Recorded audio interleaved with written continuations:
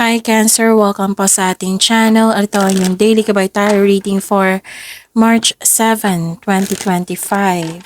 Please be reminded kung naka-resonate kayo, comment down. Kung hindi ka naka-resonate, ibigay niyo po sa iba kasi general reading po ito. This is for you Cancer ngayong March 7, 2025.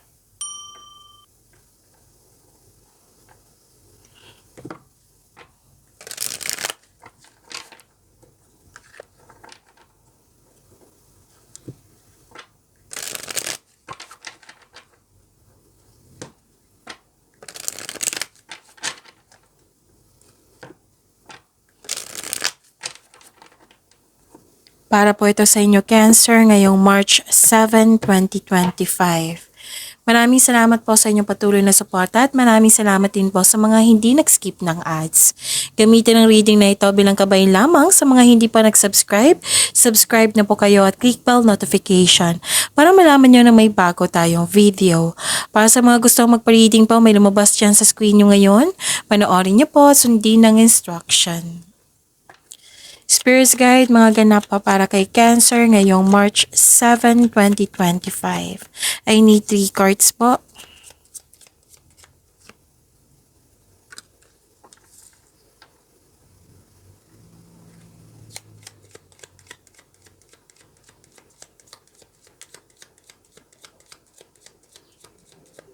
Para po kay Cancer.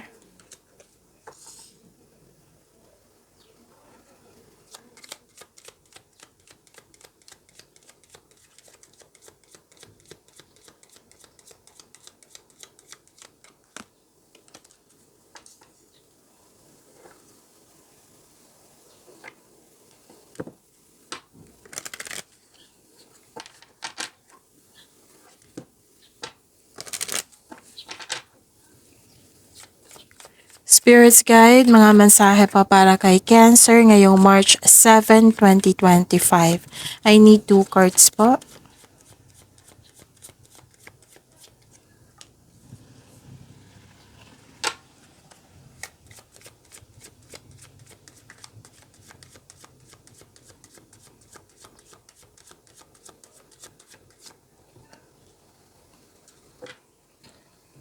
Okay, Cancer. Ngayong March 7, 2025. Nakikita ko dito na may solusyon sa inyong problema, may sagot sa inyong mga katanungan. Pwede din gumawa kayo ng password ngayon or passcode, so tandaan nyo yan. Nakikita ko dito yung biglaang pagbabago. May biglaang pagbabago, may nakita ko ditong may nakita ako ditong separation. Maraming case ng separation ha, Cancer. Nakita ko rin dito na may inasikaso kayo sa malaking building or nag-decide kayo, nag-schedule kayo na may asikasuhin kayo sa isang malaking building. Tapos nakita ko dito na may concern sa mataasang ego na mahirap kausap or sobrang stricto. At binigyan mo na ng action yung matagal mo ng plano. Yes. At may new journey dito, may adventure or bakasyon. Pwedeng may lakad kayo ngayon ha. So yun, invite serendipity and letting go, learn to let go. Spirits Guide, ano po yung energy ni Cancer ngayong March 7, 2025?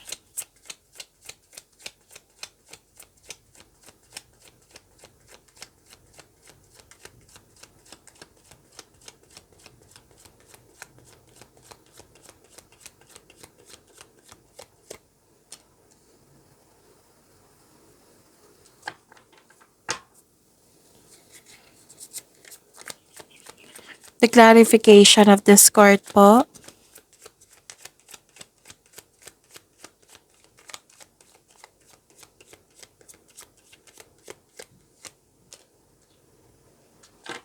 Kung may narinig kayo or may nakita kayong repeating message, meaning to say pinupush ng cards nyo yan, kasi yung ilan sa inyo hindi pa binigyan ng atensyon. Kung maaari po, bigyan nyo po ng solusyon at aksyon.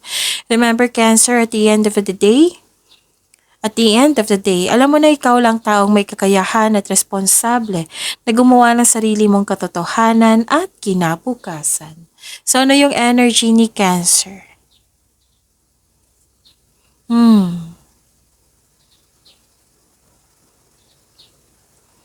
Nakita ko dito na nagkaroon po ng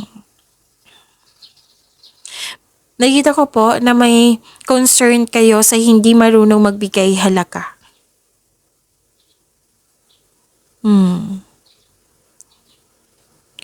May selos, may inggit, may concern sa hindi marunong mag-handle ng money. Naging materialistic, may taong hindi maasahan. So instead magalit po daw kayo, kausapin niyo po. Magkaroon kayo ng honest conversation. Yung hindi yung intention na magkaroon ng problema sa, yung hindi sa magkaroon ng kung sino yung talo, kung sino yung panalo, kung sino yung tama, kung sino yung mali. Kundi magkaroon ng honest conversation about sa expectation nyo at gawa kayo ng adjustment where necessary para magkasundo kayo. Tapos, prepare yourself kasi may nanghihimasok sa inyong decision-making process nyo po dito. Okay?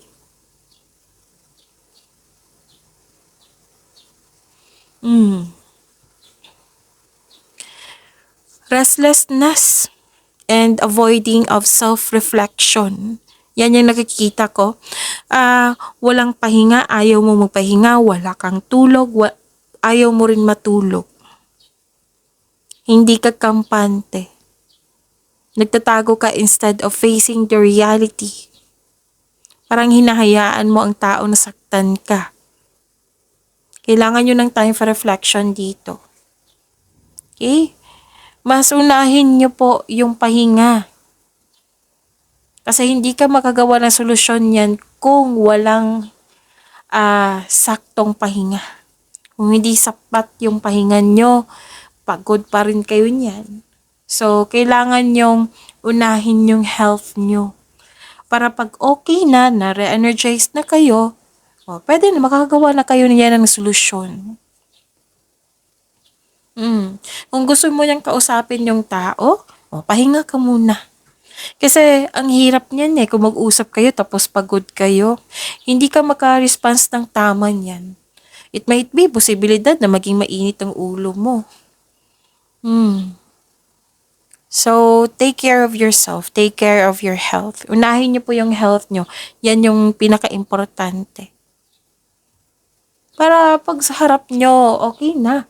Yung okay yung aura niya, okay yung aura mo, lalo na kayo, nagkaroon ng pahinga sapat na pahinga.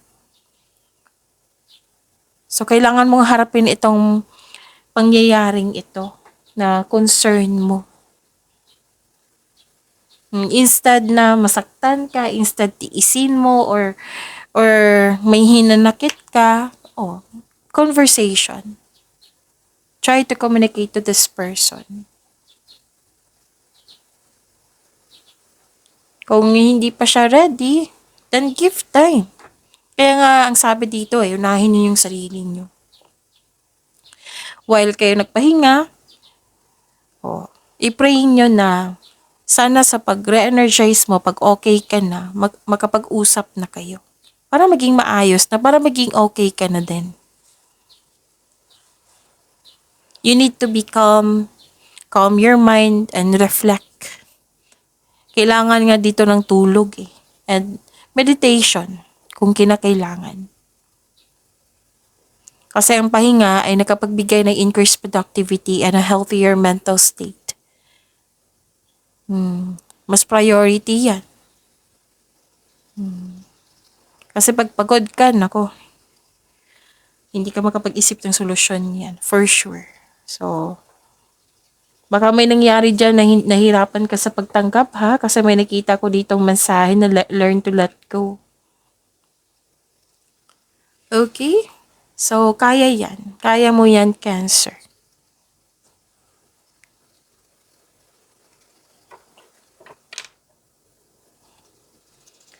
Spirits Guide, Career and Money po ni Cancer ngayong March 7, 2025.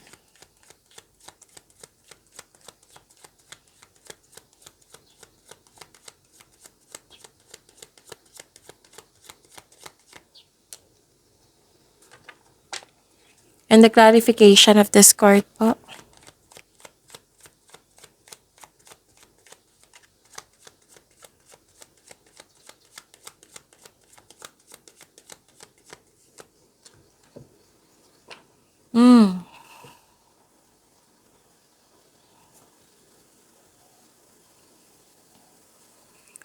Nakikita ko dito na nagkaroon po ng unfair treatment. Disbalance ito sa career and money. Hindi nagkasundo. May conflict of interest. May naging impatient. Hindi nagkaroon ng stability. Imbalance and unfairness sa connection sa isang tao. Pwede din sa problema sa pera. Problema sa kaperahan. So, nag-struggle. Okay. May dito Nag-struggle ka sa changes dahil nag-look back ka sa nakaraan. So, ang advice ng card niyo po dito, try to look at what you need now in the present. Please know that you are divinely guided. You are guided to find peace. Kaya nga ang sabi ko sa inyo, i-pray mo yan.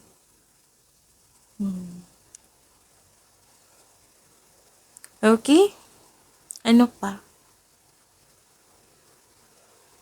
Yung sabi ko sa inyo na biglaang pagbabago, na lumabas siya dito sa inyong oracle cards sa tarot cards.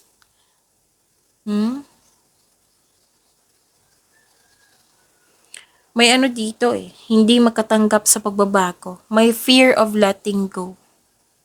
You felt trapped, confinement, weak foundation, may iniiwasan.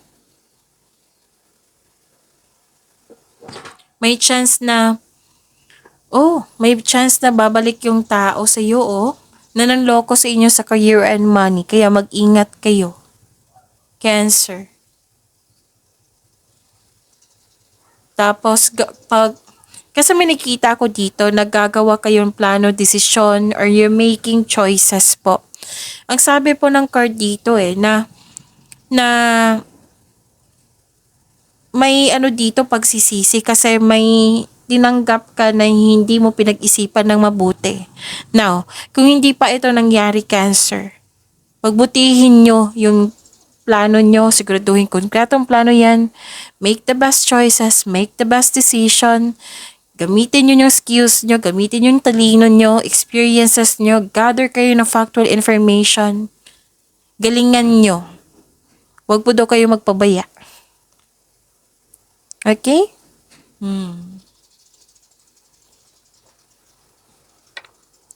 Spirit's guide.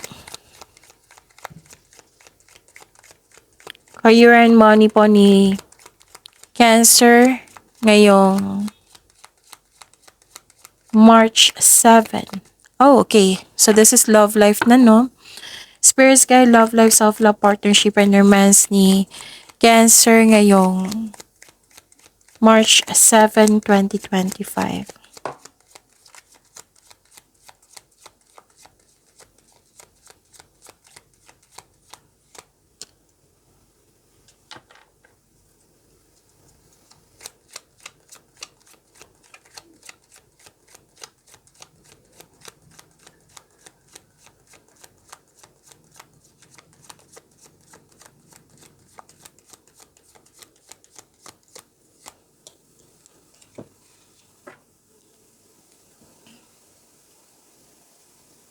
Okay.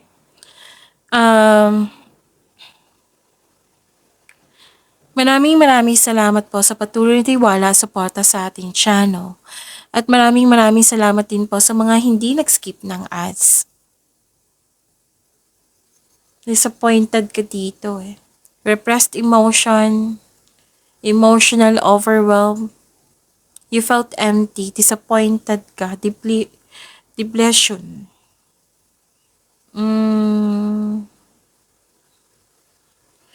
Okay. Nakita ko dito na may okay. May nakita ko dito fertility issue. General to ha, general po ito. Pwedeng concern to sa iyo, concern mo sa isang tao na nagkwento sa iyo, na concern ka sa kanya. Okay? Baka kasi may mag-react dyan na, kasi may nakita ko ditong fertility issue. So sa mga buntis dyan or nagpaplanong magbuntis, magdobleng ingat po daw kayo. Kung pwede po, maagang check-up sa doktor kung kinakailangan. Tapos may nakita rin ako ditong blockages. Feeling exhausted ka due to the other emotional demands. Maraming demand yung taong yon, kaya na-stress ka ng dahil sa kanya. Kaya sabi po ng card dito, umiwas po daw kayo sa taong toxic na nagbibigay sa iyo ng stress. May sabi rin dito na nangihinayang ka sa ininvest mo sa love life or sa isang tao or sa isang sitwasyon.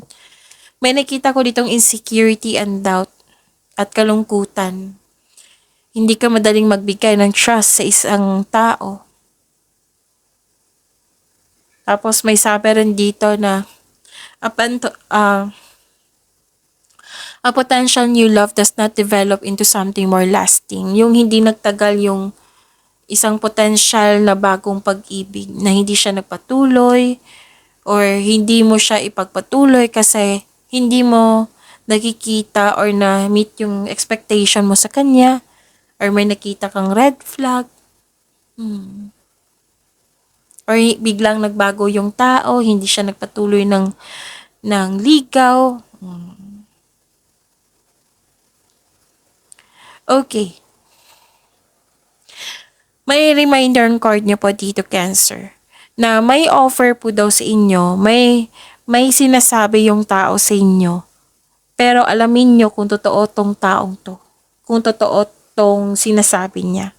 Kasi nakita ko dito nagbabalat kayo. Hindi totoo. Hindi niya pinapakita yung totoong kulay niya. Kaya mag-ingat kayo sa kanya. Kilalanin ng mabuti. Alamin nyo kung totoo ba yan or hindi. Okay? Hindi naman po lahat ng tao maluloko Kasi nga may trust issue kayo kasi may nangyari. Pero we have to do something na maging on guard po. Kasi nga ayaw nyo na masaktan, di ba? Pero please know na hindi lahat ng tao na masama. Kilalanin mo lang. Mas mabuti yan kasi magbigay ka ng tiwala tapos hindi mo siya bulubusang kilala. Hindi mo pa nakita yung totoong siya. So be careful kayo sa mga sumusuyo sa'yo na bagong kakilala, may nag-offer sa'yo. May sinasabi sa'yo, kahit chismis yan, alamin nyo muna kung totoo ba yan or hindi. Okay? Ano pa?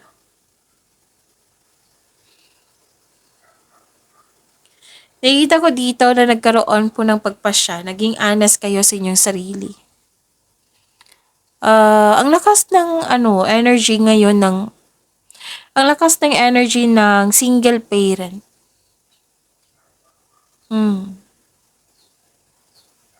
Ang lakas ng energy, it might be this is you, it might be yung kausap mo. May influence dyan na isang tao na single parent. Ang lakas ng energy niya. So, may partner kayo na trustworthy, matalino, who chooses reason over emotion. Pwedeng magiging partner pa or partner nyo na. So, ang relasyon na ito ay maaaring isang, okay. Pwedeng yung parating sa inyo, sa mga single pwedeng yung parating sa inyo is a single parent. Or kayo po ito, single parent. Mas ang lakas ng energy nila. Malaki ang kanilang influence sa araw nito. Ang ilan nga sa inyo dito na nag-decide na mag-remain kayo na single, na mag-focus kayo sa inyong sarili. So this advice is, okay, you're learning important things about this kind of relationship. Okay, para klaro ha.